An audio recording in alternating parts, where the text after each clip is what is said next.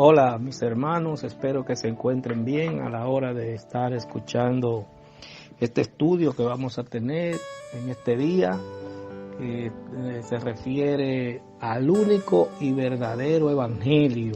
Como todos sabemos, hay muchos evangelios. Todos sabemos que la palabra evangelio quiere decir buenas nuevas. Hay muchos evangelios, muchas nuevas, pero que no son buenas. Hay que especificar a qué nos referimos cuando vamos a predicar las buenas nuevas de salvación, que son el evangelio que predicó Jesucristo y sus apóstoles. Si hay otro evangelio diferente a este, dice el apóstol Pablo, sea anatema, sea maldito. ¿Por qué? Porque lleva a las personas a la perdición. El único evangelio que puede llevar a la salvación del alma es el evangelio predicado por Jesucristo, su vida, su muerte, su resurrección. Ese es el verdadero evangelio y las pautas que Él nos traza para que nosotros vivamos una vida en paz en este mundo y con una esperanza de vida eterna, de salvación. En esta ocasión vamos a estudiar el capítulo 1 de la carta del apóstol Pablo a los Gálatas, capítulo 1, de versículos del 6 al 9, y el capítulo 2, los versículos del 11 al 20. Yo voy a leerle de entrada estos versículos, ¿verdad?, para que tengamos una idea de qué es lo que vamos a estar tratando. Dice así la palabra en el nombre del Padre, del Hijo y del Espíritu Santo. Estoy maravillado de que tan pronto os hayáis alejado del que os llamó por la gracia de Cristo para seguir un evangelio diferente. No que haya otro, sino que hay algunos que os perturban y quieren pervertir el evangelio de Cristo. Mas si aún nosotros o un ángel del cielo os anunciare otro evangelio diferente del que os hemos anunciado, sea anatema. Como antes hemos dicho, también ahora les repito, si alguno os predica diferente evangelio del que habéis recibido, sea anatema. Pero cuando Pedro vino a Antioquía, le resistí cara a cara, porque era de condenar. Pues antes que viniesen algunos de parte de Jacobo, comía con los gentiles, pero después que vinieron, se retraía y se apartaba, porque tenía miedo de la circuncisión. Y en su simulación participaban también los otros judíos, de tal manera que aún a Bernabé fue también arrastrado por la hipocresía de ellos. Pero cuando vi que no andaban rectamente conforme a la verdad del evangelio, dije a Pedro delante de todos: si tú, siendo judío, vives como los gentiles y no como judío, ¿por qué obligas a los gentiles a judaizar? Nosotros, judíos de nacimiento y no pecadores de entre los gentiles, sabiendo que el hombre no es justificado por la obra de la ley, sino por la fe de Jesucristo, nosotros también hemos creído en Jesucristo para ser justificados por la fe de Cristo y no por la obra de la ley, por cuanto por las obras de la ley nadie será justificado. Y si buscando ser justificados en Cristo también nosotros somos hallados pecadores, ¿es por eso Cristo ministro de pecado? En ninguna manera, porque si las cosas que destruí, las mismas vuelvo a edificar, transgresor me hago. Porque yo por la ley soy muerto para la ley, a fin de vivir para Dios. Como Cristo estoy juntamente crucificado, y ya no vivo yo, mas vive Cristo en mí. Y lo que ahora vivo en la carne, lo vivo en la fe del Hijo de Dios, el cual me amó y se entregó a sí mismo por mí. Como todos sabemos, Pablo no fue doctrinado por hombre respecto al evangelio. Él fue doctrinado por hombre, ¿verdad? Como él mismo declara en una ocasión a los pies de Gamaliel, en la doctrina del judaísmo. Sin embargo, cuando él es impactado por Cristo, es Jesucristo quien le revela su evangelio y lo comisiona para que él se encargue de llevar el evangelio a los gentiles. Pablo recibió un impacto directo de Cristo. Jesucristo fue quien doctrinó a Pablo en lo que él tenía que hacer. Él recibió una revelación especial, ¿verdad? Todos sabemos que Pablo no era uno de los discípulos que andaba con Jesús, no era uno de los apóstoles primero. Sin embargo, él recibió una información directa del mismo Cristo, quien fue que lo comisionó.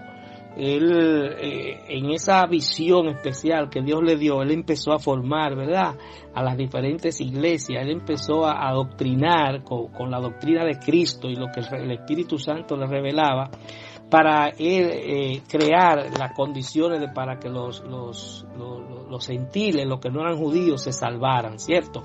Entonces, él se encuentra con que él había adoctrinado la iglesia de Galacia, las iglesias que estaban en Galacia. Él la había adoctrinado, él le había hecho entender, ¿verdad?, que la salvación era por fe, la fe en Cristo, que no era necesario estar sujetado a la ley, que no era necesario estar cumpliendo al pie de la letra todas las cosas que se exigían en la ley, y que la salvación de ellos venía por la gracia, por el amor de Dios hacia la humanidad. Ellos tenían esta doctrina y la habían entendido, pero resulta que Pablo se da cuenta de que se está metiendo algo diferente, de que está ocurriendo algo diferente, y era que judíos que habían convertido al cristianismo le querían meter en la cabeza a los habitantes de Galacia, a los gálatas, que era necesario cumplir con esos ritos de la ley judía para poder salvarse, cosa que no era cierto,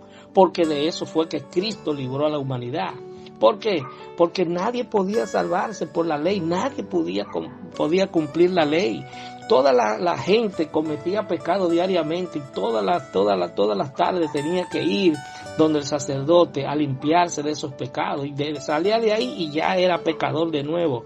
Entonces ya Pablo le había adoctrinado a los hermanos en el sentido de que no era esa la forma. Ese era lo que la palabra aclara, ¿verdad?, que era un antiguo pacto, un viejo pacto que se puso viejo, que era imperfecto y que había que cambiarlo. Entonces Jesucristo viene y hace un nuevo pacto con su muerte para limpiarnos de sus pecados. Ya no necesitamos un macho cabrío, ¿verdad?, llevarlo al sacrificio, no, porque ya Jesucristo hizo el sacrificio que nosotros necesitábamos para ser limpios de nuestros pecados.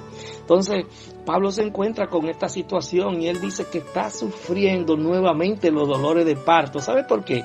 Porque mire, hermano, yo enseño a personas en campos, en lugares, ¿verdad?, apartados, con gente que tiene doctrina de religiosidad que son contrarias totalmente a lo que dice la Biblia, y no quiera usted saber lo difícil que es llevar a una persona a entender lo que es el evangelio puro de Cristo, lo que es lo que le va a permitir la salvación. ¿Por qué? Porque están tan unidos a esas tradiciones, tan apegados a rezarle a los ídolos, a tener un crucifijo y una cosa de esa, que ellos no pueden entender. Además, lo ven como que están violentando las cosas que sus padres les enseñaron. Aunque sus padres estén muertos, ellos entienden que deben seguir esas tradiciones, y es un error garrafal, mis amados, porque va en contraste con lo que es la práctica de la obediencia a la palabra, porque la palabra dice exactamente qué es lo que debemos hacer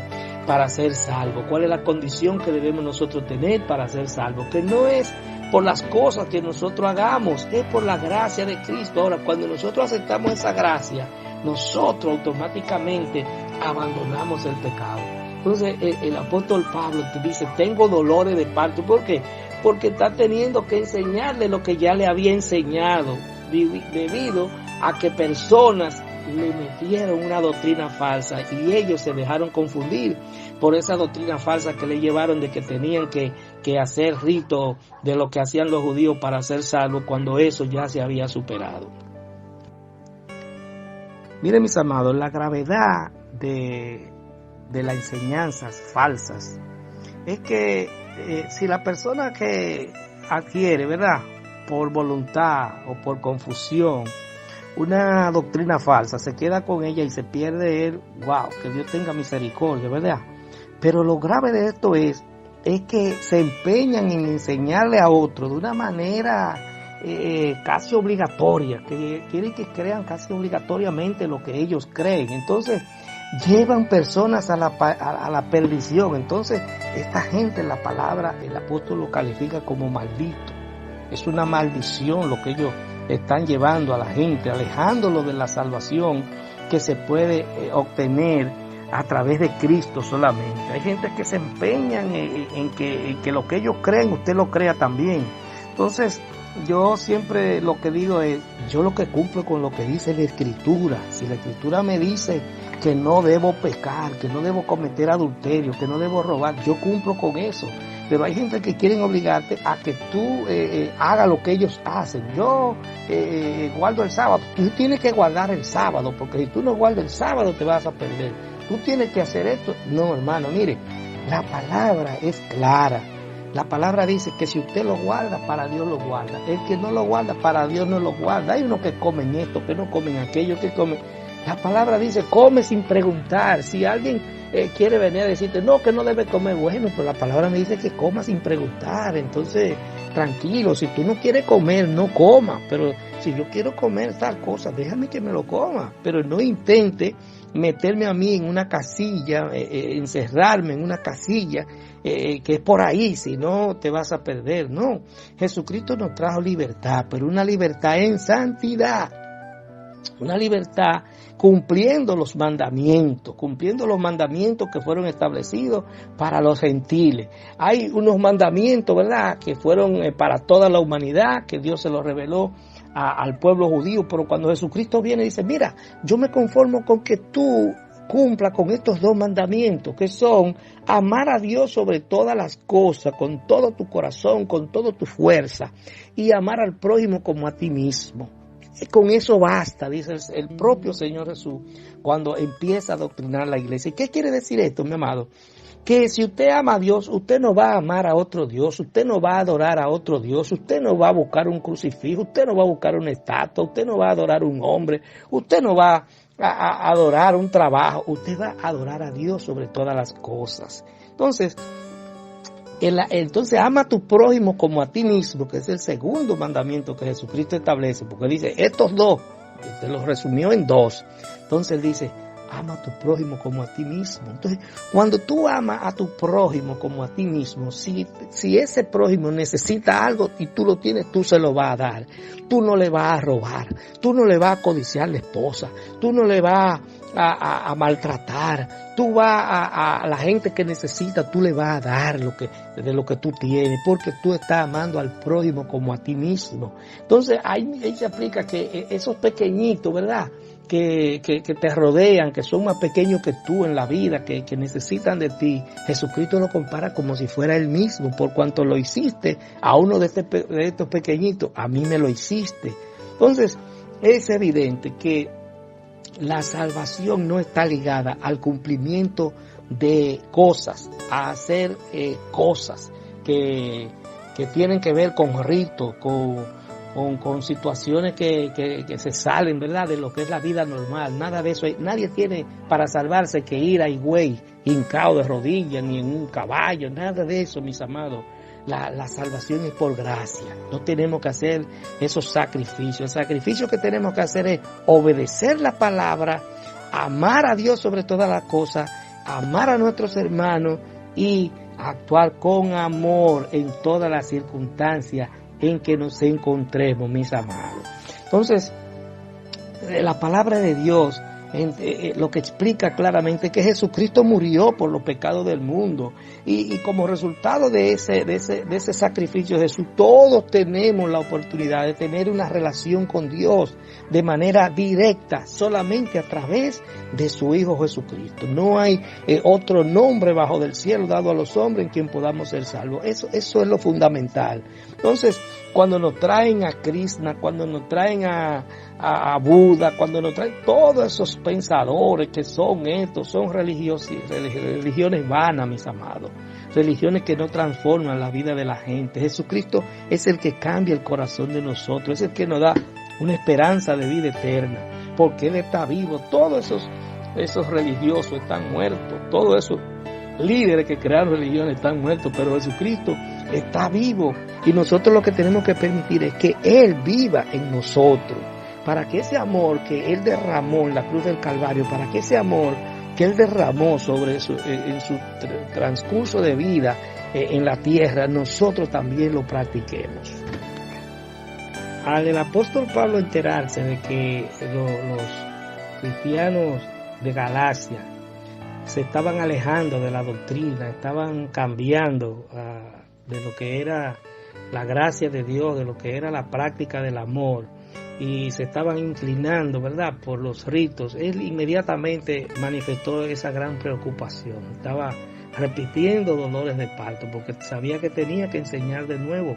Entonces él ordenó que cualquiera que se atreviera a predicar un mensaje que contradijera lo que era este evangelio, lo que era esta doctrina, era anatema, era una maldición. Pero lo grave de esto es, mis amados, que Pedro, que caminó con Jesús, que recibió la doctrina directa, ¿verdad?, con Jesús, estaba en una actitud de simulación, en una actitud de hipocresía. Cuando se juntaba con los judaizantes, él se comportaba como un judaizante, y cuando se juntaba con los gentiles, ¿verdad?, que habían asimilado la doctrina correcta, entonces se comportaba como ellos, y Pablo se dio cuenta. Y Pablo no respetó que Pedro había caminado con Jesús. Él le dijo la realidad: óyeme, tú eres un simulador, tú no debes hacer eso, porque hasta Bernabé lo han confundido. Porque el líder, mis amados, él tiene que ser muy cuidadoso. Los líderes que Dios pone al frente de obra, los pastores, los evangelistas, tienen que ser muy cuidadosos con lo que hablan en un púlpito. ¿Por qué? Porque a ellos, a los maestros, Dios le pone una gracia, Dios le pone este don. Entonces ese don usted tiene que usarlo para que usted lleve la palabra correcta, para que usted lleve la doctrina correcta. Porque cuando usted habla una cosa que no es, cuando usted da un mensaje al pueblo cristiano, hay gente que está preparada y tiene la formación y dice: oye, me está engañando, me está diciendo algo diferente a lo que dice la Escritura, me está guiando por un camino errado. Pero hay otros que no tienen esa capacidad. Hay otros que son cristianos, que van a la iglesia, pero no profundizan en la palabra, no conocen real y efectivamente en profundidad, ni están convencidos totalmente de las cosas. Entonces pueden variar, pueden ser contaminados. Entonces pueden llevarlo a camino de confusión. Hasta Bernabé, que le dice Pablo, un muchacho que él lo había formado, hasta él lo confundieron. Porque el enemigo, mis amados, lleva espíritu de confusión en las iglesias. Y eso ocurría en la iglesia de Galacia, pero eso ocurría en la iglesia de Corintios. Pero lo más grave de todo eso es, mis amados, que ocurre en la iglesia de hoy. La iglesia de hoy está contaminada, está llena de gente hablando disparate, de gente diciendo que tienen una revelación de tal cosa, de que Jehová le dijo esto, que Jehová le dijo aquello. Oiga, mi amado hermano, todo lo que te diga Jehová, si no te lo dice conforme a la Escritura, debe tener cuidado. ¿Por qué? Porque el enemigo se disfraza hasta de ángel de luz. ¿Para qué? Para engañar. Entonces usted tiene que estar bien claro en la posición que usted tiene respecto de la palabra, respecto de las Escrituras. Usted tiene que tener cuidado hasta del libro que usted lee, que son escritos supuestamente por hombres de Dios. Hay que tener cuidado. ¿Sabe por qué? Porque el ser humano es débil, el ser humano quiere gloria, quiere que lo honren, quiere que lo glorifiquen, ¿verdad? Entonces, muchas veces está caminando como dice la Escritura, pero dice: no, pero déjame yo decir esto porque yo creo esto. Mire, hermano, no es lo que usted cree, es lo que Jesucristo y sus apóstoles dijeron. Esa es la sana doctrina. Si usted va a decir algo que se sale de ahí, mejor no lo diga. Cuando usted va a decir algo, escribe un libro, escribe un artículo para el periódico o habla por los medios electrónicos, lo que usted tiene que hacer es confirmar lo que dice esa Escritura para que la gente se salve, porque no es por la palabra suya, la palabra, Dios le dio el don de usted hablar, ¿verdad?, ese privilegio, pero es para que el Espíritu Santo hable por usted, y el Espíritu Santo lo que va a dar es palabra de vida, palabra de salvación, que están contenidas en su libro especial que se llama la Biblia, el conjunto de escritos que Dios les reveló a hombres y mujeres que Él entendió que a través del Espíritu Santo lo usaría, ¿verdad?, para salvar a las personas. Entonces nosotros tenemos necesariamente que ser vocero de esta palabra, no venir a inventar doctrinas extrañas, ni a dejarnos guiar tampoco por personas que quieran venir a enseñarnos cosas que son diferentes. Hay gente que está empeñada en enseñarnos cosas que son diferentes a lo que dice la Escritura. Entonces son falsos. Todo el que diga algo que es diferente y quiera guiarnos a caminos que son diferentes a lo que dice la Escritura, son falsos y tenemos que rechazarlo. Pablo respondió con autoridad. Dijo, si alguno trae un evangelio diferente a este, sea anatema. Entonces, Pablo habló con autoridad para que no hubiera duda de lo que él estaba explicando. Cuando Jesucristo se despide de sus discípulos, él le da una instrucción. Él dice, ir por todo el mundo y predicar este evangelio. El evangelio, o sea, la nueva noticia que yo doy a toda criatura. Jesucristo no nos manda a predicar otro evangelio inventado, ni otra religiosidad, nada de eso. Él nos envía a predicar su evangelio. ¿Y cuál es ese evangelio? Que Él es el Hijo de Dios, que vino a la tierra, se sacrificó, murió para que nosotros pudiéramos ser perdonados, para que pudiéramos ser liberados y limpiados del pecado y tener vida eterna. Él resucitó y está a la diestra del Padre y un día nos va a llevar al cielo. Entonces, esa es la doctrina correcta, que debemos vivir conforme a la palabra que Él enseñó, a lo que Él dijo que hagamos. Sed imitadores de mí como yo lo soy de Cristo, dijo el apóstol Pablo. Entonces, cuando nosotros hacemos esto, entonces nosotros estamos cumpliendo con una sana doctrina, estamos haciendo lo que Jesucristo dijo que hagamos. Si nosotros hacemos así, estamos caminando hacia la salvación. Nosotros no debemos actuar con hipocresía, nosotros debemos estar limpios de corazón, nuestro corazón debe estar limpio, nuestra alma debe estar resplandeciente frente a los ojos de Dios para nosotros poder hablar con libertad de lo que el Señor ha hecho en nuestras vidas.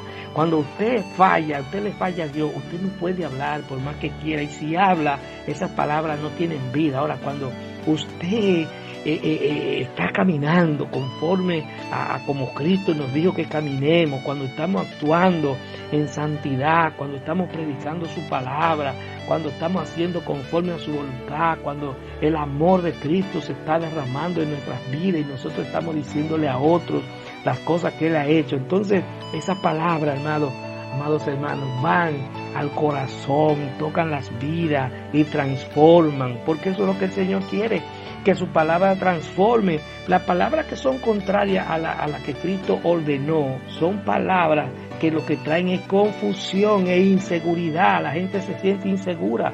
La gente, la religión más popular que nosotros tenemos, por ejemplo, la gente dice, ustedes son los únicos que creen que son salvos. ¿Por qué? Porque ellos no tienen esa seguridad, porque no han sido transformados, porque no saben que Cristo perdona los pecados y te limpia para siempre. ¿Por qué? Porque tienen una dualidad doctrinal. Ellos tienen la mitad de Cristo y la mitad de los judíos. Usted ve que ellos en la ceremonia religiosa que hacen, ellos se ponen muchísimas cosas en la cabeza y se usan unos trajes, eso es imitando lo que era el judaísmo. Cuando Jesucristo viene, Él es despojado de todas esas cosas, Él rompe con todas esas cosas y el evangelio es para todo el mundo. Los judíos rechazaban a Cristo porque Jesucristo se juntaba con los pobres, entendían que las cosas de Dios no eran para los pobres, y si veían a uno que estaba enfermo, que tenía una lepra, o tenía un problema, decía, ese es porque Dios no lo quiere. Mentira, porque cuando a Jesucristo le llevaban los enfermos, Él los sanaba a todos, y hubo una ocasión que había un ciego que quería que Jesús le devolviera la vista y le preguntaban, maestro, ¿por qué quién pecó para que este hombre naciera ciego? Y el maestro dice, no pecó nadie, ni sus padres ni él. Esto es para que Dios se glorifique, para que el poder de Dios se glorifique, se vea y la gente crea. Porque la palabra de Dios tiene que estar acompañada por milagros, mis amados. Esa es la verdadera doctrina. Jesucristo dijo, estas señales seguirán a los que creen. en mi nombre echarán fuera demonios, pondrán la mano sobre los enfermos y sanarán. Y esa palabra tiene que cumplirse en nosotros. Entonces hay religiones que no creen en eso, ni quieren que tú creas en eso. ¿Por qué? Porque no quieren sencillamente que la gente se libere, que la gente vea el poder de Dios actuar. Y eso es lo que la gente necesita, ver el poder de Dios actuar en sus vidas, un poder transformador, un poder que los cambie. Vea que este era un delincuente y ahora se convirtió a Cristo y anda como un santo. Ahora anda para arriba y para abajo bien vestido, con una Biblia, con un saco y una corbata. ¿Por qué? Porque Dios lo cambia, porque Dios lo que hace es eso, cambiar nuestras vidas para bien, como hizo con el endemoniado gadareno.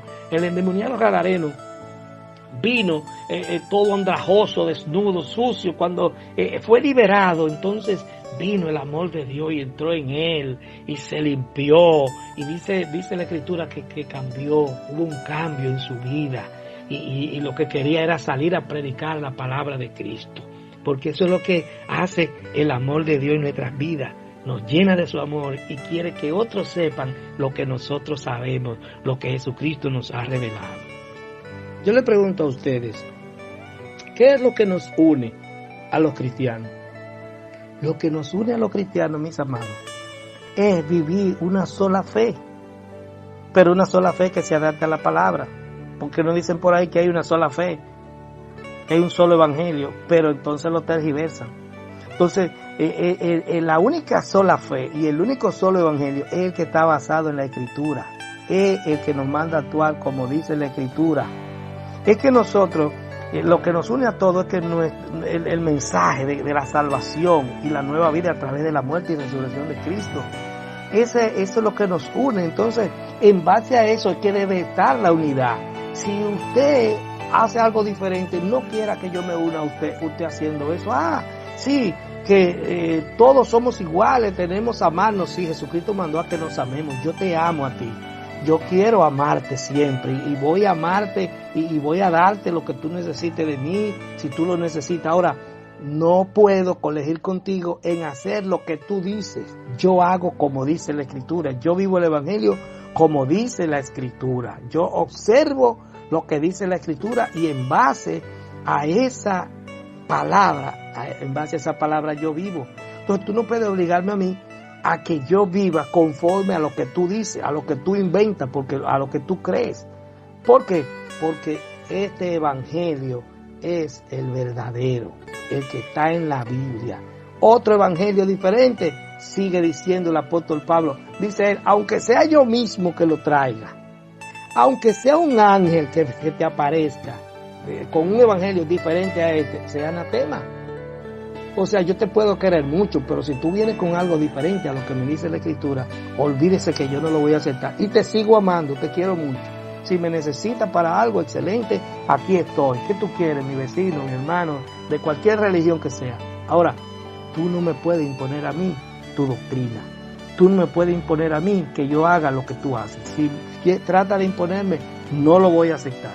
Y entonces ahí es posible que nosotros seamos probados, ¿verdad?, por parte del Señor, de si aceptamos esas cosas o nos mantenemos firmes en nuestra palabra, en la palabra del Señor. No importa lo que tengamos que padecer ni lo que tengamos que perder, por amor a Cristo y por amor a su palabra. La fe en Cristo es necesaria.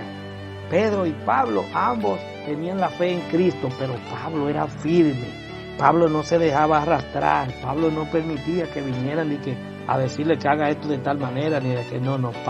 Pablo tenía un criterio que era el criterio de Cristo, la doctrina de Cristo. Y por eso él se guiaba. Él no permitía que nadie viniera a infundirle cosas que se salieran de ese evangelio. Entonces, la justificación es por la fe, no por las obras, mis amados. Ya concluyendo. Esto no quiere decir que los cristianos van a pecar, todo lo contrario. La fe en Cristo te saca el pecado. La fe en Cristo es lo que te obliga a vivir como Cristo. Entonces Jesucristo no pecó, Jesucristo fue santo. Entonces nosotros vamos a aspirar a ser santos cuando creemos que la salvación es por la fe. Porque La palabra dice claramente que sin santidad nadie verá al Señor. ¿Y qué es lo contrario a estar en santidad? Estar en pecado. Entonces, el cristiano que asume, como dice la Escritura, la salvación por medio de la fe, es un cristiano que no va a optar por vivir en el pecado. El pecado lo va a amenazar permanentemente, pero el pecado no se va a limpiar con hacer un sacrificio de rito, ¿verdad? De rito religioso. El pecado va a salir de ti por la sangre de Cristo, por la sangre de Cristo, por la gracia de Cristo. No porque tú hagas cosas. Él te va a limpiar por su amor y por su misericordia. No porque tú le regales dinero a la iglesia, no porque tú construyas iglesia. No. Eso no es lo que te va a salvar. Por eso te van a galardonar. Ahora, lo importante es que tú tengas la fe puesta en Cristo, porque Él es el que te salva. La salvación viene por la fe, por la gracia, mis amados. Entonces la ley revela el pecado. Sí, nosotros ya conocimos el pecado porque la ley lo denunció. La ley dijo, mira, tal cosa es pecado. Tal cosa es pecado. Ah, ya yo lo conozco.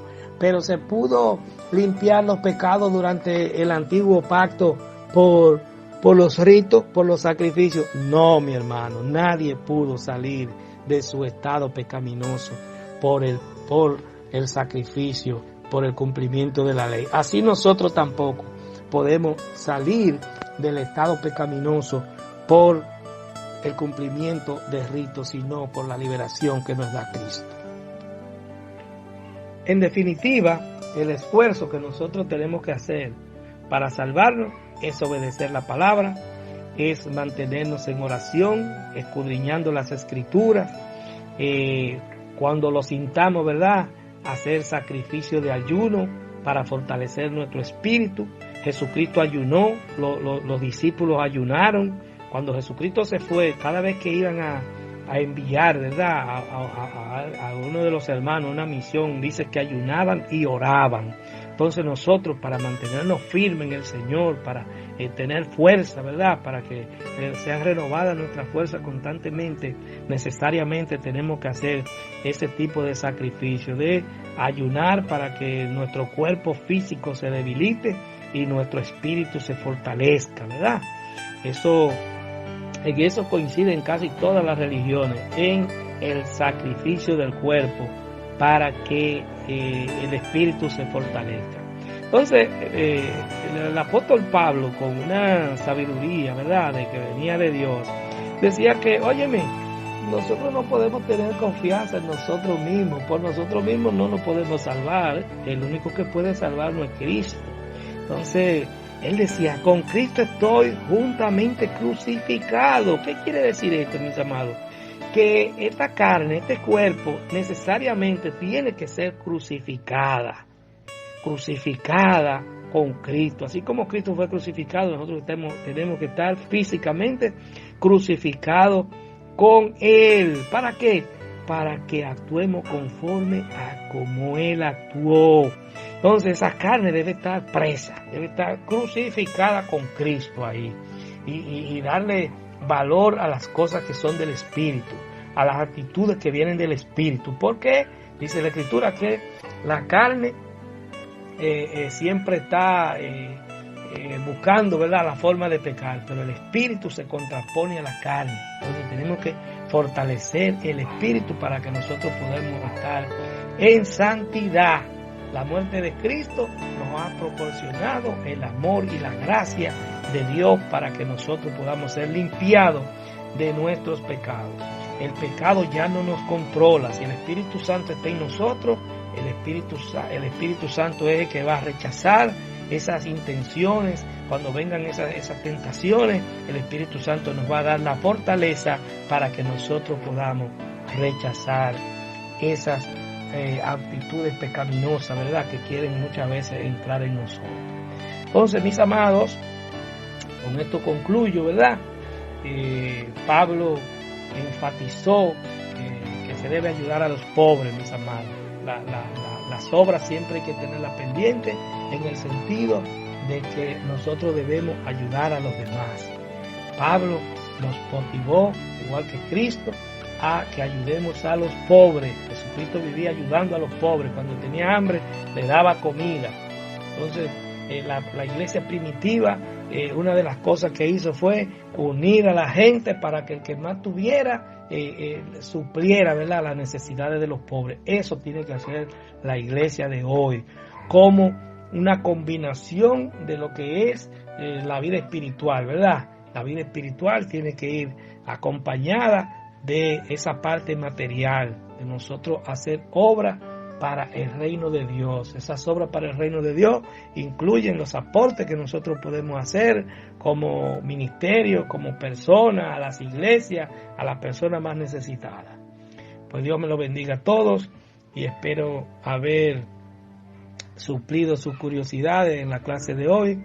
Espero que nos volvamos a escuchar en otra ocasión. Oramos. Padre, gracias por tu amor y tu misericordia. Te adoramos y te bendecimos, Señor. Gracias por tu palabra. Gracias, Señor, por la enseñanza. Espero, Dios mío, que tú hayas aclarado a mis hermanos las cosas que ellos tenían en duda y que ellos puedan ser portadores de esta palabra para enseñar a otros. Gracias, Espíritu Santo, por tu presencia en nuestras vidas. En el nombre de Jesús. Amén.